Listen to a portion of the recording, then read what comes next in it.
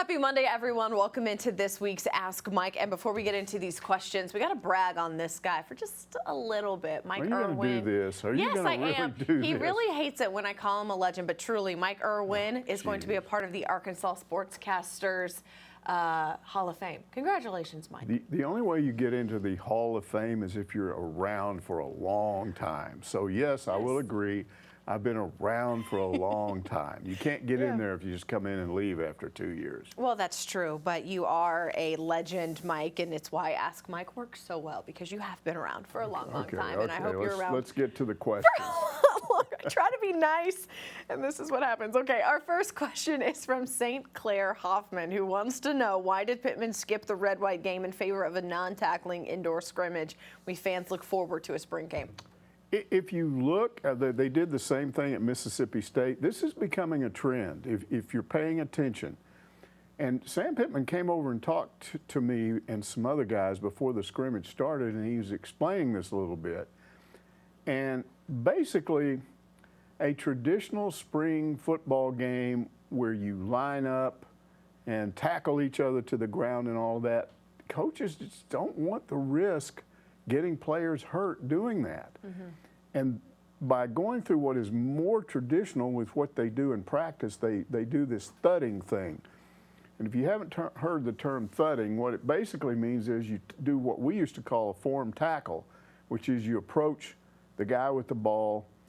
We were told to stick our face mask. Now, this is like 400 years ago in the Stone Ages. We were told to stick our face mask right in the middle of the chest of the guy you're trying to tackle, and then slide your head to one side and absorb the blow with your shoulder. What they tell them to do now is, because of targeting, you want that head lower. So you're doing it more with your shoulder to midsection contact and sliding and then wrapping up. And coaches, they film everything that happens from multiple angles. And what this is really all about is they take that video and they sit around in rooms all summer long looking at this stuff and analyze it, and they can tell whether a player would have actually made that tackle in a real game or whether it would have been broken. Would the running back have made a move and gotten away, just by positioning? So they can see as much without tackling as with tackling, and they don't risk getting players hurt. And Sam Pitman said, you know, when we used to do traditional Saturday scrimmages, we would always, coaches would just be obsessed with, oh, who's going to get hurt? What's going to happen here? Each position coach, they don't want to lose one of their best players, a starter. And he said, we don't have to go through that anymore. He said that they had one scrimmage this spring where they actually tackled to the ground. And then, of course, the quarterbacks, if you're wearing a green jersey, they don't let you do that. But most of the guys had gone through it one time, which is good. They compare that to the other stuff where they're doing thudding. But as far as having a spring game so fans can watch this, I mean, you got to ask yourself as a fan, do you want to be more entertained, or do you want this team to get what it needs, these coaches, to get what they need out of spring football and then go through the summer without a lot of injuries and be ready to play in the fall? So that's why he did what he did. Yeah, you trade off one for the other. And again, I think injuries are huge. We were talking about the last time Arkansas had to move their spring game, or like this, the scrimmage, indoors. Of course, we saw Raleigh Williams' career end it ended that his day. Career. And so you want to avoid those things. All right, the spring scrimmage was on television. I watched it on TV, and the Hogs IQ says it was hard to get a good read with ESPN doing so poorly on the coverage. That was worse than haphazard. Nothing jumps out with controlled scrimmages, and it never does. Okay, you got to understand what happened here. There was a chance of severe weather that day, lightning. Sam Pitman again explained that. He said, okay, I had about 3 hours to make this decision. I could imagine all those people coming in and sitting in the stadium, and then we run our players out there, and all of a sudden we have lightning and somebody gets hurt. He said, I just had to eliminate that possibility. But with 3 hours notice, if you know anything about what they had to do, the broadcast people, it was almost impossible for them to move those cameras, get the new hookups, figure out where the cameras were going to. There's no good place to put cameras in that indoor. It's not made for that. And then the broadcast people, the guys in the booth, had to stay in the press box and watch it just like you did on TV. So tough. It was hard to do that. And they didn't get good angles with the cameras. And all they could do was use Tara Talmadge down on the field. She could see pretty good to kind of talk about what was going on. But if you're sitting at home trying to watch that, I will tell you, I don't even like going in there to shoot practice. I mean, sometimes you don't have a choice, but I'd much rather be outside. And you think there's not a difference there with the players too? For one thing, that indoor, I don't know why they've never done this, but that building is too dark. They need to improve the lighting in there. I don't care if they make a transparent roof just to let the sun come in. It is just too dark in there. And so I think that contributed to the way it looked.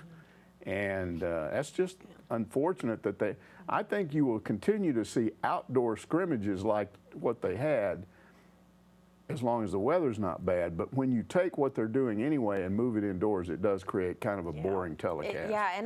It was hard for me to see on the television for sure. And I've talked to Tara. She was truly the eyes and ears on the ground with the other guys in the press box. But you do the best with the best situation you can. Unless you are a fan that's just going to criticize everything. If you look at the big picture, what do you want to happen? You want the coaches to get what they need out of the spring. And if that means you don't have a traditional spring game, then you don't have it. Yeah. All right. This Teets Taken didn't like the telecast, but got something out of it. He says Drew Sanders is a stud. We need a few wide receivers to step up and get open. It's so good to have Catalong back. OL looks big. QBs were unimpressive. Pretty boring broadcast. Okay, we've already talked about the boring part of it. I agree generally with that assessment, except the quarterbacks. Now, Sam Pitman did say they've had better days. I'm going to defend them because, again, I thought they ran the ball fine.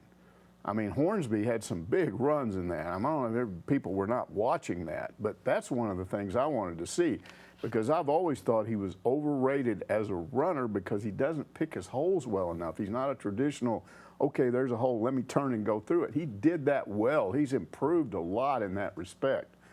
So I thought they were fine. They had a bit of a problem in that Arkansas has a problem at wide receiver. They just do. That's one of the things we see coming out of this spring.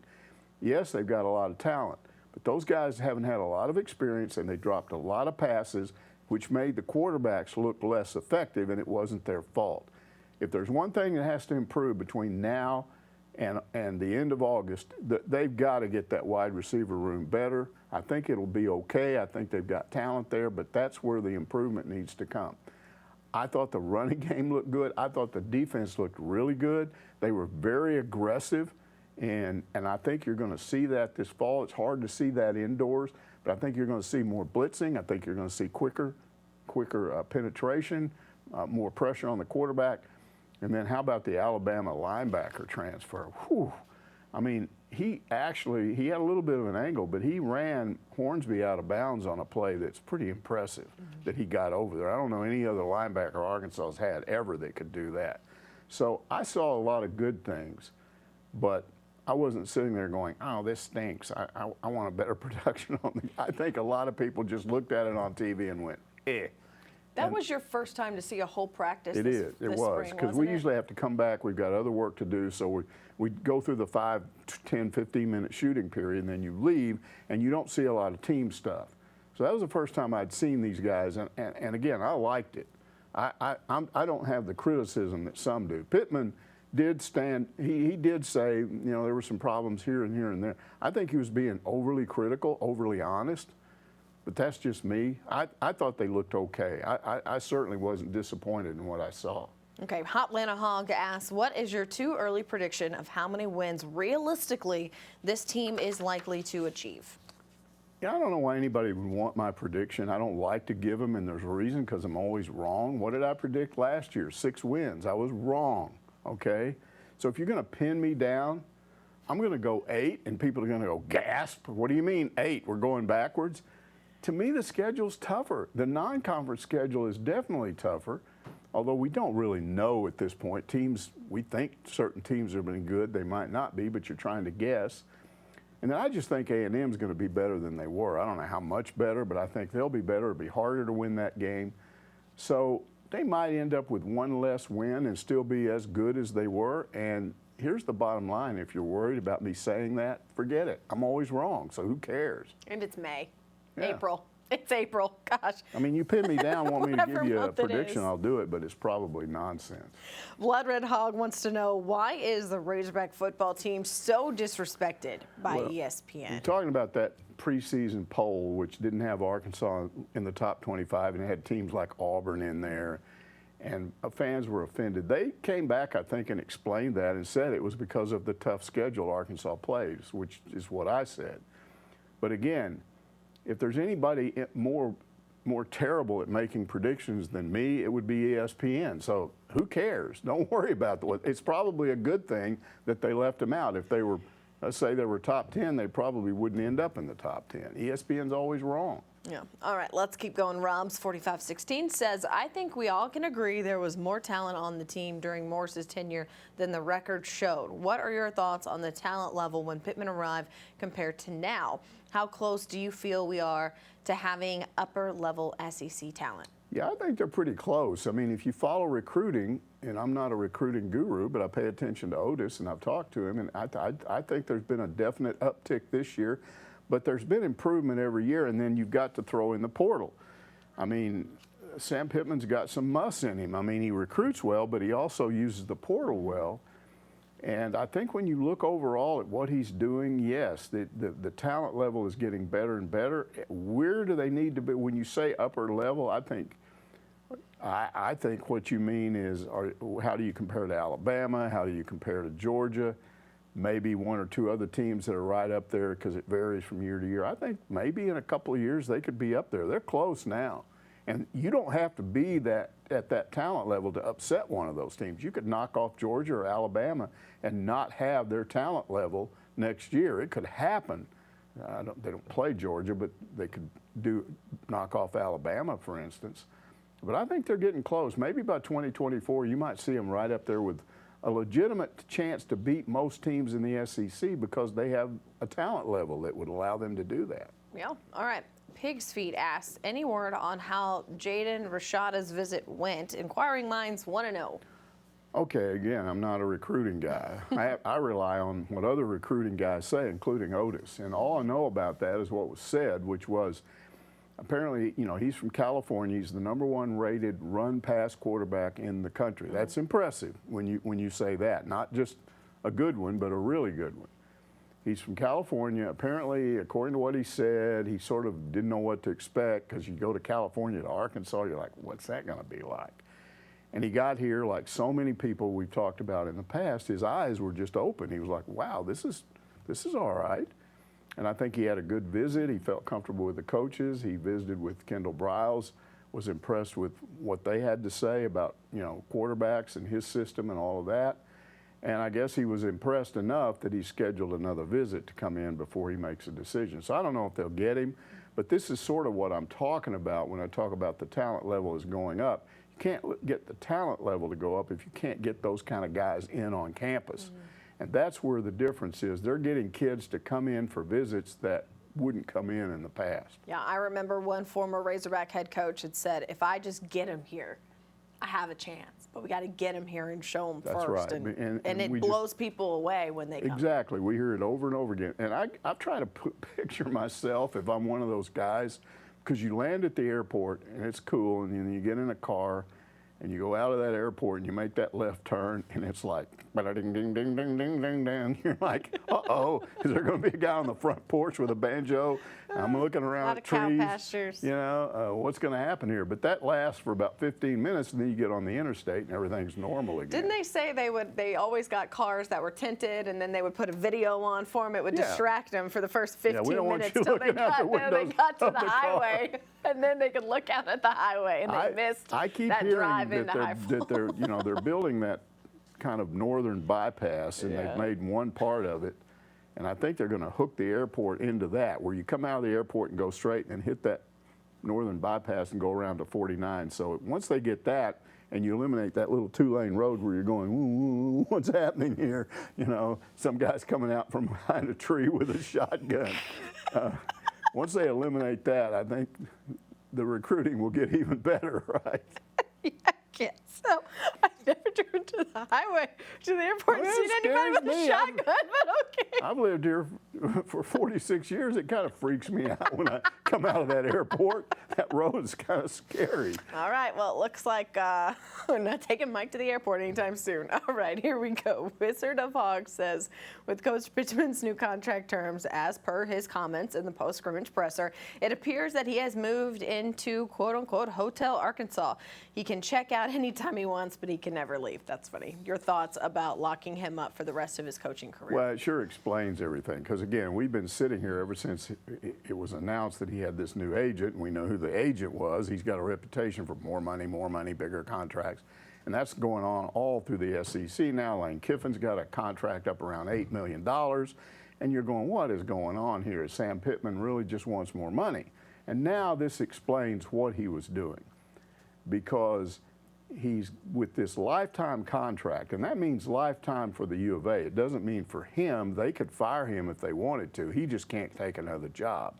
And so what he's doing is he's locking himself into a contract that basically goes along with everything he said. This is his last job.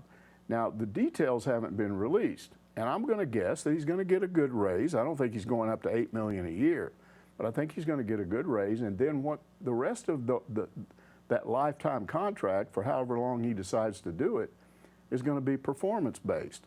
Performance-based on how they do in a given year, but also longevity-based. In other words, you may get a new raise every 2 years or every year, a certain amount. However they decide to work that out.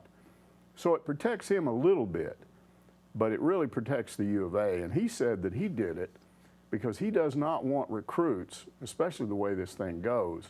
He doesn't want to go out and sign a recruiting class, and then he's gone, and those recruits that came here because of him are going, what's that all about? Because you know what happens then, they all start hitting the portal.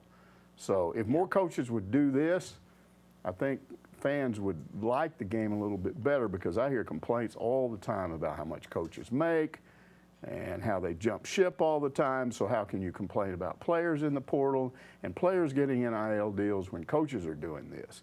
If you did more of this, I don't think you'd have those complaints. All right, we're going to shift gears now to baseball, where Razor Pig 256 says, of Arkansas' sweep of LSU, talks of our demise were greatly exaggerated. 11-4 is the same record we had through 15 games last year. That's great perspective. You know, if you go back just to last Wednesday, on the eve of this LSU series, and I think I talked about it last week, they had a 2, at some point even a 3-game lead in the West. It was down to 1 game, and there were 3 teams sitting back there right behind them. So if they got swept, they could absolutely drop from 1st to 4th just like that.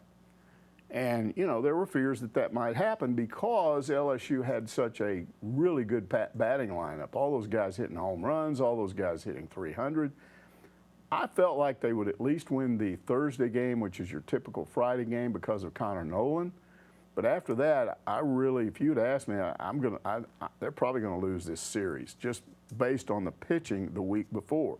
Well, what happens? Connor Nolan pitches good, but they got some runs off of him, especially in that 1 inning, broke up the no-hitter. So thinking to myself, man, it's really going to be tough the next 2 days. Those guys can really hit.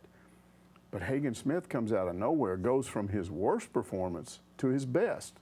He was amazing. You have to consider who he was going up against, and he was rewarded for that by being named the SEC Freshman Pitcher of the Week. So that's amazing. Now let's go to Jackson Wiggins on day 3. Again, he's not as consistent. He kept getting himself in trouble early, and I'm going, he's going to last 3 innings, that's it. No, he kept getting himself out of trouble. He had that 1 inning where he gave up a run, and then he's rolling along. Doesn't matter if he's got runners on 1st and 3rd or 1st and 2nd or whatever, gets himself out of trouble, along with the defense they were playing. And Arkansas scored enough runs and so they end up with a sweep. And so now you go from a possibility of dropping to 4th. You now have a 3-game lead over 3 other teams in the West. Yeah. Okay, that's exciting. But we got to come back and go down to earth again, because you got to turn around and do this all over again. They've got those 3 teams that I talked about that are lined up behind them 3 games back. They have to play all 3 of them from here on out, plus Vanderbilt. So the back end of the schedule is still tough. You know, you got Ole Miss out there having a bad year, but man, Ole Miss is always like they could jump up and really mess with Arkansas, just suddenly play well on a certain weekend. So there's still a lot of stuff left that they have to negotiate. But having a 3-game pad certainly helps. I said last week, and it's even more so this week, if you just win a series, you don't have to sweep people, just win series. And you might even be able to lose a series or two from here on out because of where you're sitting. I think they're going to win the West if they do that, unless they collapse. But now, look, Tennessee, okay, we found out this week they are human in terms of they lost 2 straight games, won a midweek game, but they've lost 1 conference game. They've got a 4-game lead in the East and a 3-game overall lead over Arkansas. Unless they just completely blow up, they are going to win the SEC, and they are going to be the odds-on favorite to win the College World Series. It's that kind of year. So here's Razorback fans. They're dealing with all this, and they got this eyeball on Tennessee the whole time. What's happening there? We don't play them in the regular season, but we got to play them sooner or later probably. And that has caused what? More Twitter wars. Arkansas and Tennessee fans. That's not the plan. That wasn't the plan. That was not the plan. Oh, okay. Anyways, I digress, but I'm excited to talk about Tony Vitello because I saw it all over the internet. Tony Vitello hasn't made a lot of friends within the Arkansas fan base over the past year. What did you think of his ejection and suspension against Alabama? I talked about it last week. If he didn't tone it down, he was headed for problems. And I didn't think it would happen this fast. Now, let's try to back up and talk about how this happened, because they lose this midweek game. I'm sure they weren't happy about that to Tennessee Tech, but they've got Alabama at home in front of their own fans, and they lose the Thursday game. Or was it the Friday? I think they were a day behind everybody. I think they were typical Friday, Saturday, and Sunday. I believe that's the way it worked for them. So they lose the Friday game.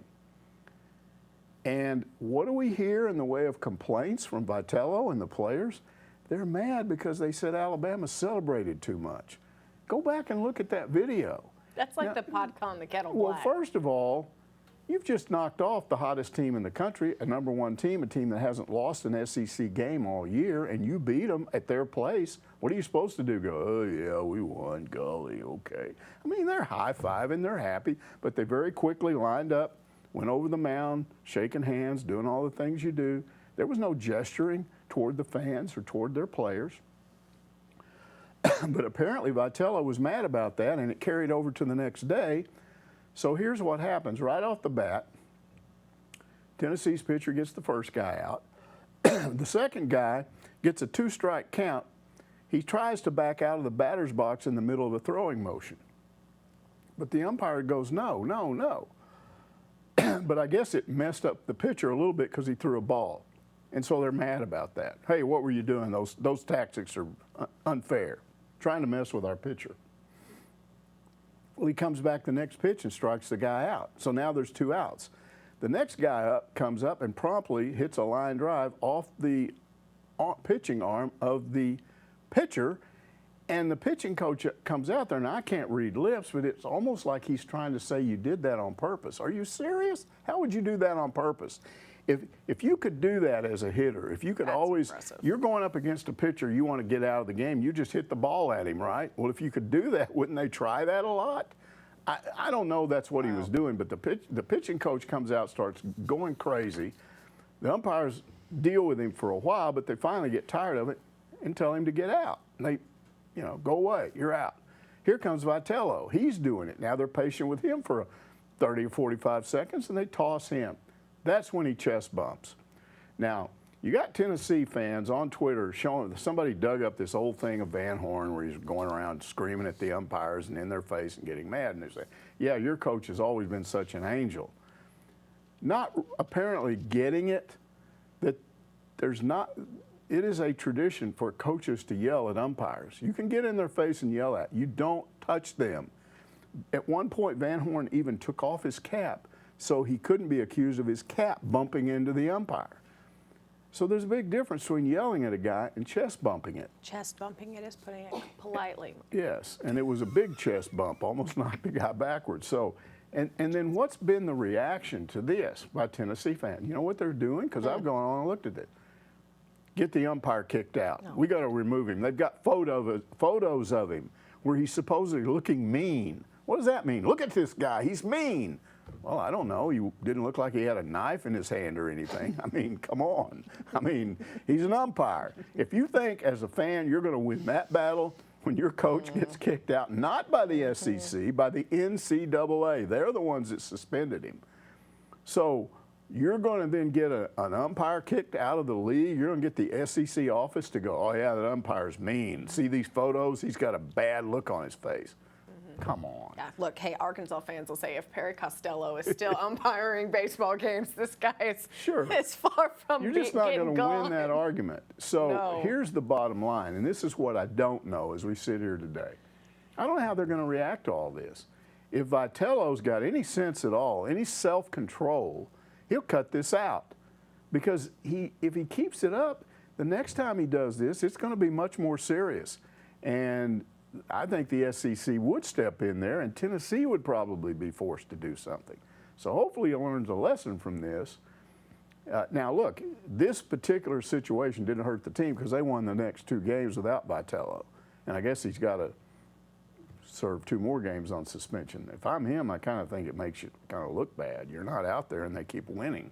So you're like, whoa, wait a minute, I need to be back out there so they can at least, I can get some of the credit for this. But again, we'll have to wait and see.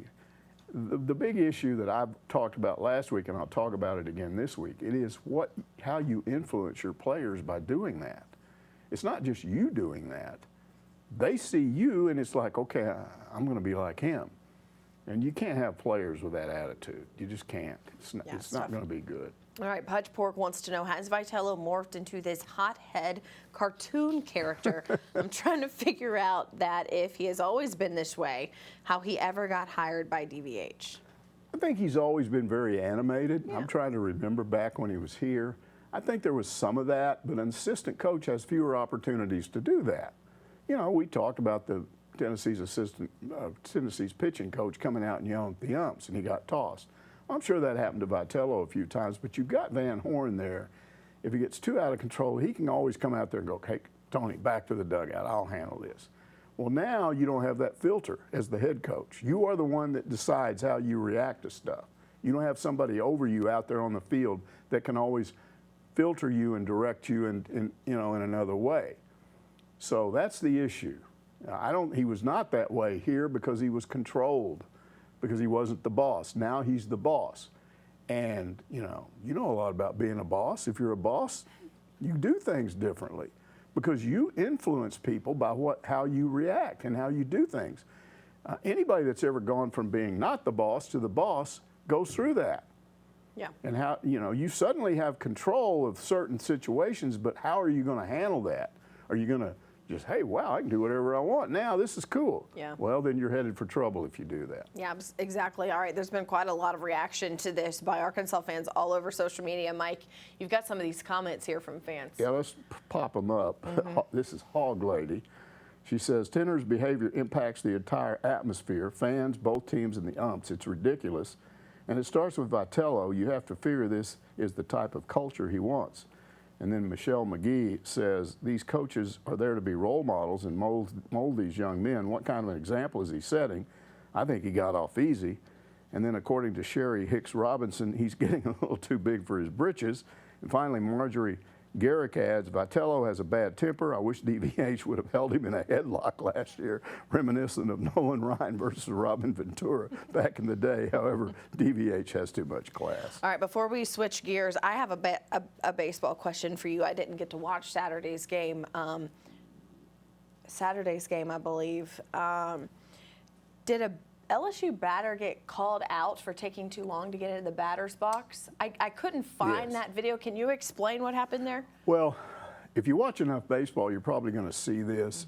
I don't. I mean, I watch college baseball, but I'm not watching baseball all the time. Here's the deal. If an umpire tells a guy to get in the batter's box, and it's up to their discretion how many warnings you're going to give him, but if he doesn't do it in a sufficient amount of time, he can sort of signal the pitcher to go ahead and throw the pitch. If he don't get in the batter's box, just throw a strike, and it's a strike. And I was told that's what the ump did in this case. Now, what happened was the LSU batter, he's way off the batter's box, and he's out there holding his bat up and he's stretching, and you know it's during the pitching count. I mean, he's in his time at the plate, and he backs out and he's doing this, and the ump's got, get over here. So he takes like 2 steps closer and he starts doing it again. And I think that may have been when the ump did that, and then I think it was Wiggins, but I'm not sure. It might have been Hagen Smith. Whoever it is didn't throw the ball. So the third time he moved him forward, he kind of put his toes over the edge of the batting box, but he's still kind of doing this, and he just called it a strike. So he didn't call him out. He was out because there was a 2-strike count. Okay. But again, if you watch that sequence, I need to go find it. The guy must have been really nuts, because you can only test an umpire's patience. And the third time especially, I thought, what is he doing? He gets his toes over there and he's kind of messing around, and you're like, come on. And the point is, LSU did this the whole series. It was like, here comes their head coach, stomp, stomp, stomp, stomp, stomp, stomp, stomp. Stand out there, talk, make the umpire come out there, look around. Oh, are you here? Okay, we want another pitcher. Okay, guy comes in, throws 2 pitches, stomp, stomp, stomp, stomp, stomp. Here we come out and do this thing all over again. He's making lots of changes. Look like a major league game where you sometimes have a guy come in and throw to 1 batter. So now, actually, Major League Baseball changed that rule that you have to, if you come in, you have to face at least 3 batters so that they could speed the game up for that reason. Exactly. But this was just a lot of that, and then their catcher would come out in between batters, and he'd be standing out in front of home plate and doing all these gestures, and the fans are just going, what is going on here? This game is going to take 4.5 hours. And then when you start this batter's box stuff, I'm sure the umpires got tired of it, and Van Horn was probably on them. He was probably talking to them, hey, come on, get these guys to speed this thing up.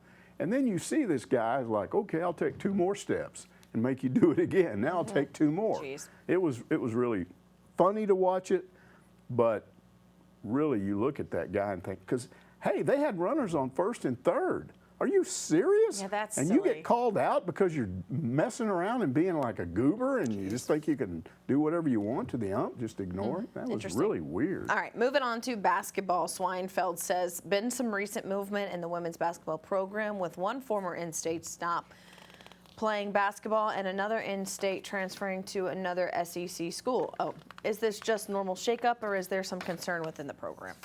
Yeah, who was it? Was it Yolanda Eaton? Alana Eaton, going to Ole Miss. Ilana.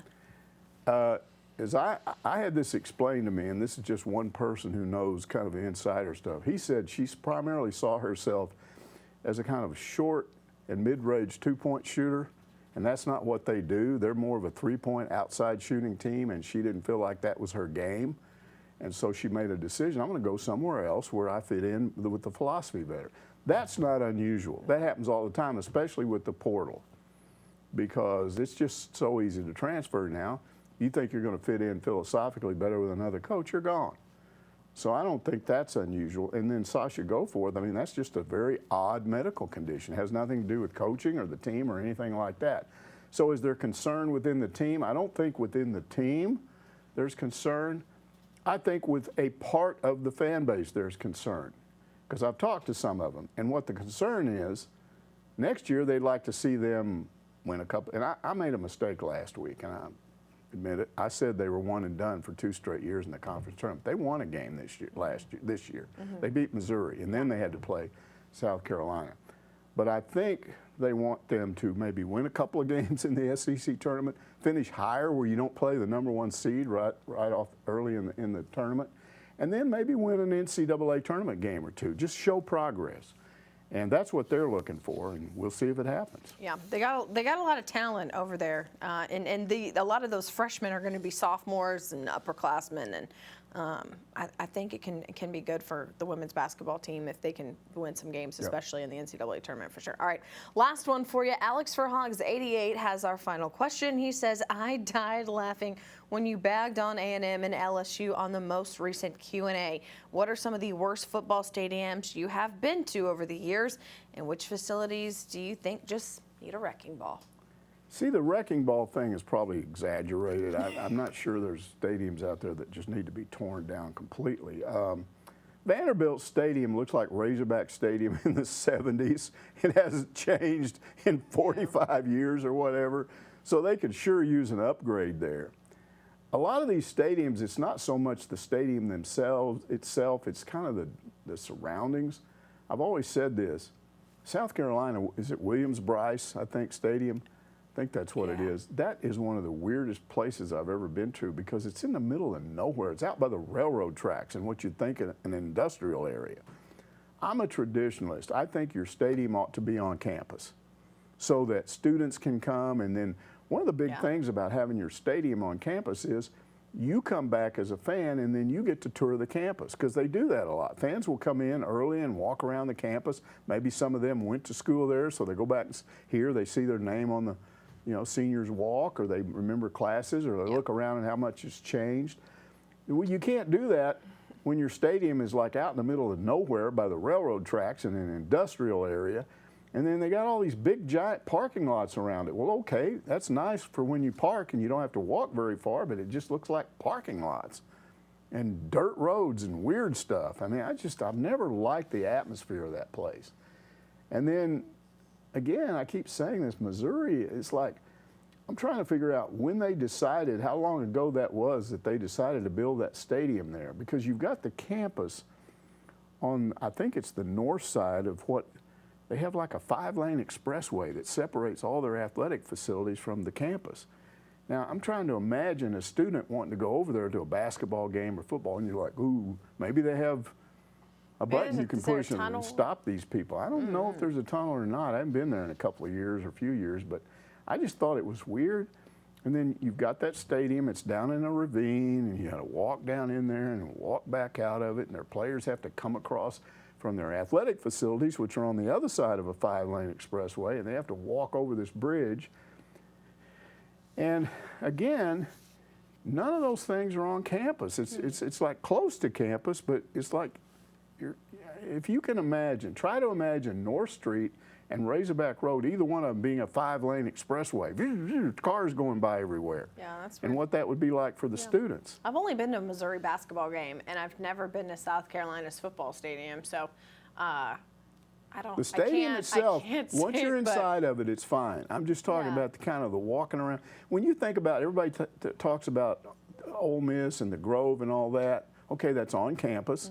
And there's just an atmosphere with all the trees and the grass, and people are close to the stadium. People make fun of Mississippi State, but they've got a similar situation. They've got places where you can do that. Most college football stadiums are like that. Georgia's that way, where you just have a nice tailgating experience and you're on campus. Williams-Brice is just, from what I've told, it's a tradition there to get on those railroad cars, because they've got all these railroad cars, sort of, they fix them up as tailgates, so you get in the railroad car and tailgate, but okay, whoopee. When was the last time Arkansas went to South Carolina, like 20? Seems like it's been a while. I can't remember. That was the first SEC road game I ever went to. It was the first SEC game. It was Arkansas's 92, the first season they were in the SEC. That was their first SEC game. It was right after Jack Crow got fired for losing to the Citadel, and I went to that game. And it was a strange experience. Well, South Carolina comes here, so it's still going to be a while before they go back to Columbia. And I guess that's okay with Mike, because Mike won't have to go. Anyway, those are the, not necessarily a wrecking ball, although if they had the money, I would suggest Missouri wreck theirs and move it. And the same thing with, South Carolina. Tear this thing down and move it closer to campus. And in Missouri's case, find a place on campus, on the other side of that freeway, or build a freeway underneath. Just come through there and dig under it and make these cars go underneath, and you can have a big walkway where they could come across and go straight to the stadium. That'd actually be pretty cool. All right, that's going to do it for this week's Ask Mike. Thanks for watching. We'll see you next week, guys.